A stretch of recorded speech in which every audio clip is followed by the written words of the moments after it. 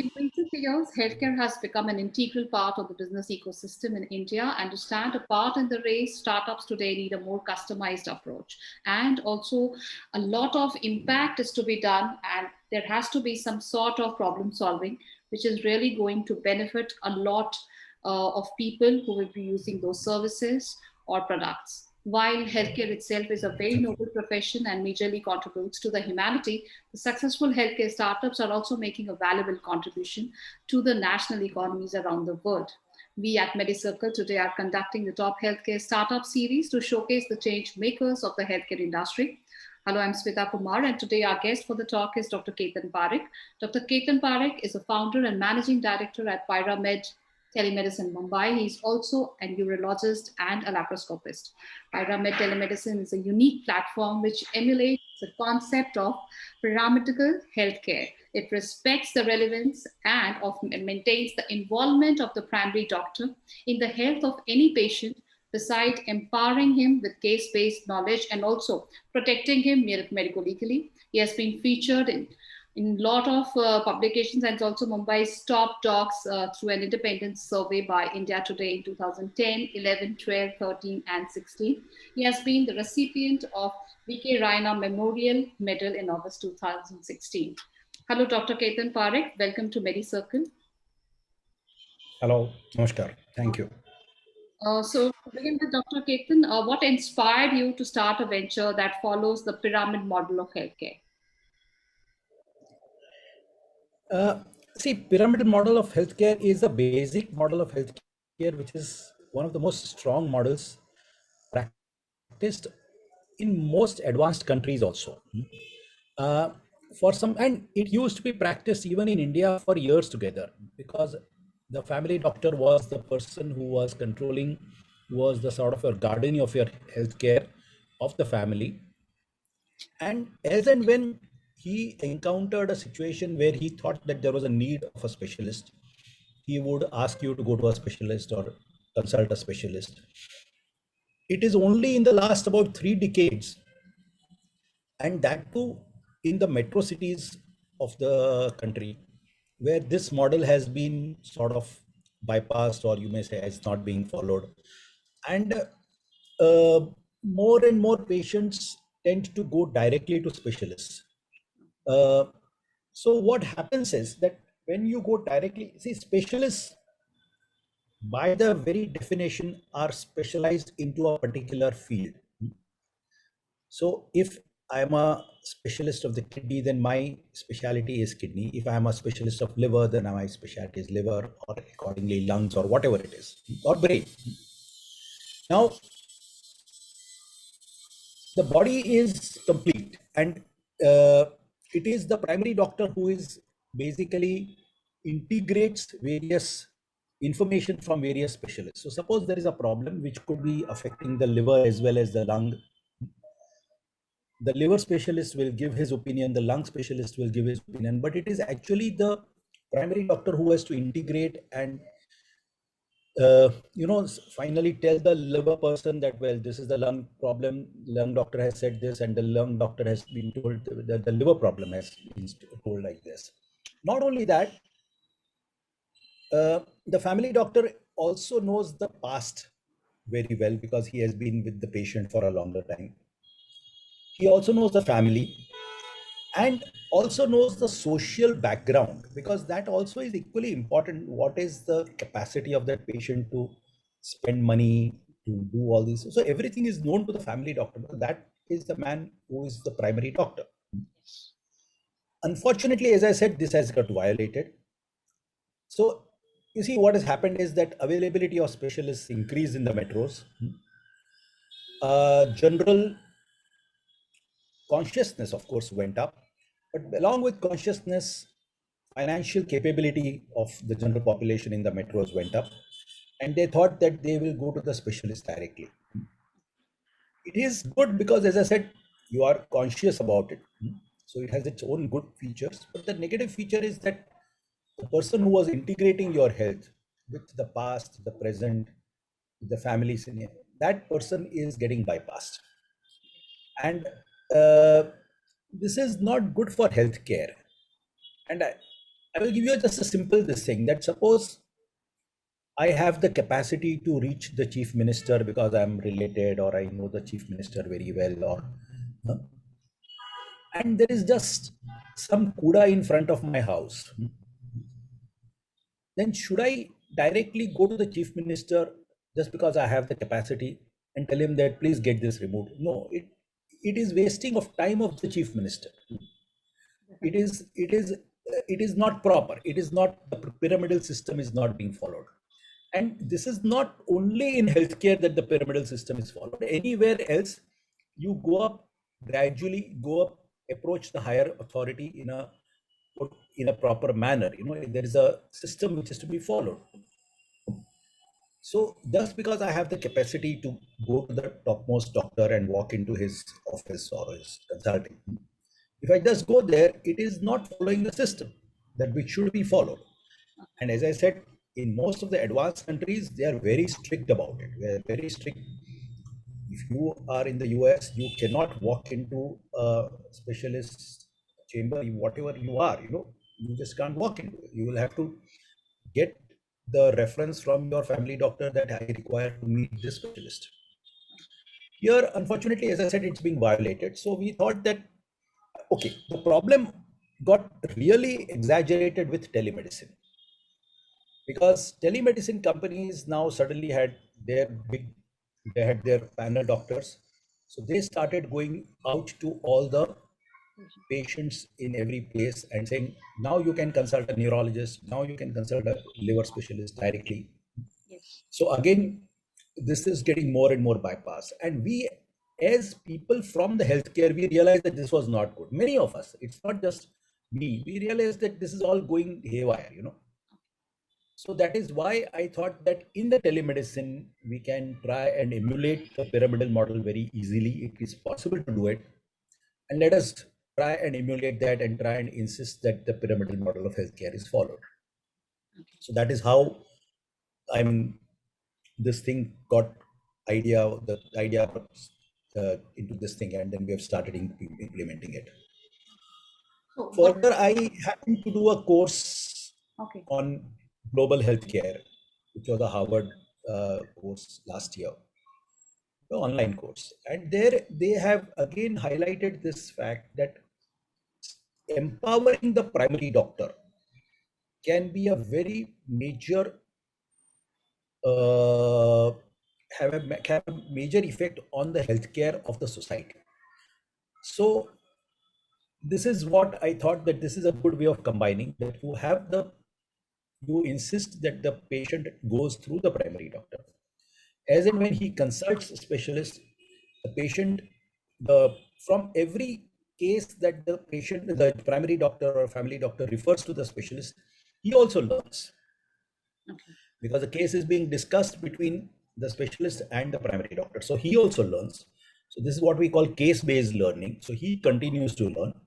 He treats the patient remains with the patient. This thing, the travel and the inconvenience of traveling, inconvenience of going to a hospital, the possibility of getting exposed to the hospital around surroundings unnecessarily is diminished for the patient. So it actually becomes a win-win for all. The patient benefits that he doesn't have to travel. The primary doctor remains in charge of the patient. The healthcare benefits, and the primary doctor also learns on a case-based learning from them. So that is how. So what has been the USP of Pyramid Telemedicine, and what edge does it have over other telemedicine services? So the USP is the same. As I said, that we insist on pyramidal healthcare, that it is a B2B model, what we may say. That means it's only between a doctor to a doctor. We have a very robust panel of specialists, which is available. And it is just, as I said, following the natural pyramidal model of healthcare rather than some of the wrong pyramidal models. Okay. The edge which we have is again the same thing, that the consultants find it much more useful. And one thing which I did not mention is that, see, when a patient directly approaches a consultant, on a telemedicine platform. We are not able to get any physical examination of the patient done. Obviously, it's a telemedicine platform. Here, the primary doctor is able to do the physical examination and convey the findings to the consultant. I mean, simple things like blood pressure and pulse and respiratory rate, or something very, very simple also, if it has to be done. Not all patients are able to do it with gadgets on their own. And that also is, even if that is some basic information, and of course, the primary doctor is more capable, he is able to convey far more than that. So he is able to convey. So when we discussed this within our consultant circle, everybody thought that this would give us almost a 90% accuracy as compared to a physical examination. If there is a primary doctor who is giving us this thing on a video platform, then it will be almost about 85 to 90%. Telemedicine is just about 60%. Normal telemedicine, when it's a B2C model, it's just about 60% accuracy. Here we are reaching about 85 to 90% accuracy. So that is the edge. Sure. And what has been the prime offering of Pyramid services like? Because it is connecting between two doctors, one being the primary doctor, the family doctor, one being the consultant. So we are very new as of now, very new. We just completed our pilot, which was between pediatricians and pediatric super specialists of a few states, limited states. So this was just mainly because this sort of a platform is unique in the sense that there were no models to follow, or no previous models from which we could. So we had to make our own systems. So we took a little time to do the pilot, and we have ironed out all the minor issues which were there. After making the platform, we have ironed out all the minor issues, and only this month now we are going to all family doctors or general practitioners, what is called. So it's too early for me to really talk of results or achievements, but the enthusiasm amongst the general practitioners as well as the consultants is very high. Patients will have to be told and trained that this is a better model, because they have no idea, obviously. So it's a gradual process that the patients will have to be told that this is a better model, because this is in the interest of healthcare for them more than the healthcare of, for the doctors. It's going to be much better for them. So they will also understand, but that will take some time. You will have to tell them. Sure. But there's a lot of enthusiasm among consultants and primary doctors. That's a great sign that even in the pilot model, you might have reached a limited number of patients, but you definitely might have impacted their lives through your venture. And as you said, that the enthusiasm is there with the GPs and the specialists. Definitely, it can be tried with different specialities, just as you tried with pediatrics. So yes. So yes, please. Yeah, so we had about 15 pediatric specialities in our pilot project, and now we have about 40 specialities with us.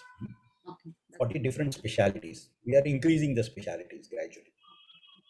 And has Pyramid Telemedicine received any funds, or is it bootstrapped? It's bootstrapped. We have not tried for funds as yet. Okay.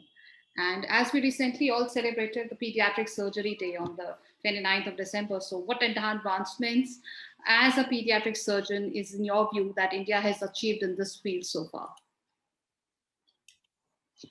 So I think as far as pediatric surgery is concerned, we have done very well, in the sense, when I'm saying as a group, we are talking of, I was the president of the association 4 years back, and I have been actively associated with the whole faculty all across the country. I would say we are not even about 5 years behind the rest of the world. When I say rest of the world, means the most advanced centers. So today, minimal access surgery, or what we call laparoscopic surgery or endoscopic surgery, our results are comparable to almost anywhere else in the world. Now there are centers in India where they have started doing fetal surgery. So that has also started. And fetal surgery is still, I think, even all over the world, there are very, very few centers.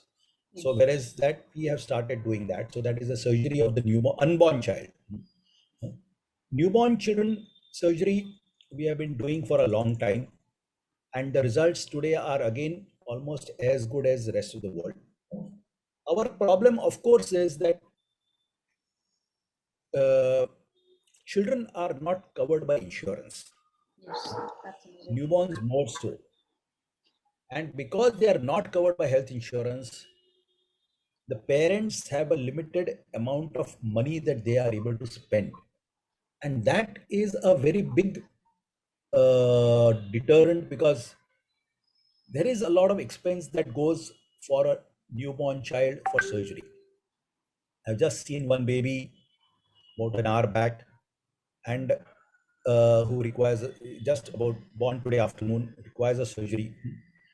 And the father, since the last about 4 hours, has just been trying to go around trying to get the basic money organized because his newborn girl requires surgery. We're planning that tomorrow sometime, and he's just going around, and that is what the problem is because he has to talk to 10 relatives to contribute the money because it is going to cost. Yes. And although the hospital is going to do all it can, but there are basic costs involved, and that have to be somehow or the other somebody will have to pay for. So when unlike the Western countries where the insurance takes care of these things, unfortunately in India, insurance as yet does not take care of these things. So it's the parents who have to spend. They have to, if they have limitations, our hands also get tied to a certain extent. So that is an unfortunate thing. But otherwise, rest of it is we are capable of doing almost anything as good as what they are able to do. That's not a problem. And one last quick question there, Dr. Parekh, that many doctors who have turned entrepreneurs have found this experience very, very beautiful. So, how has been your journey till now? Again, you started Sorry, with sorry, I missed your first part. What do you say? Many doctors? so many doctors who have turned entrepreneurs, so they found their journey very, very beautiful, very satisfying, very, very convincing in the terms of the patient experiences which they are able to give. Because in one field, they are there offering the best of services to the patient. Now, the same thing is being given by their products and offerings. So, how fulfilling has been your journey since 2020? As I said, it is too early to really talk of results. But you see, you are broadening the whole canvas massively when you become an entrepreneur. So, as a professional, you are dealing with individuals. You are going to do as a health entrepreneur because you are going to do the same healthcare which you have been trained to do, but to a very large number of patients. Not directly maybe, but via this thing, but you are able to organize the healthcare for a large number of patients. So it just broadens the canvas massively. And that is obviously very satisfying because that's what all our lives we have been doing, taking care of health. And if today, instead of taking care of 20 patients, if I can take care of 2,000 patients, it's very satisfying. So thank you so much, Dr. Ketan Parekh, for coming to MediCircle and sharing your valuable time and insights with us. It has been a pleasure having you us on the show. Thank you. Thank you very much. Thank you very much. Pleasure is mine.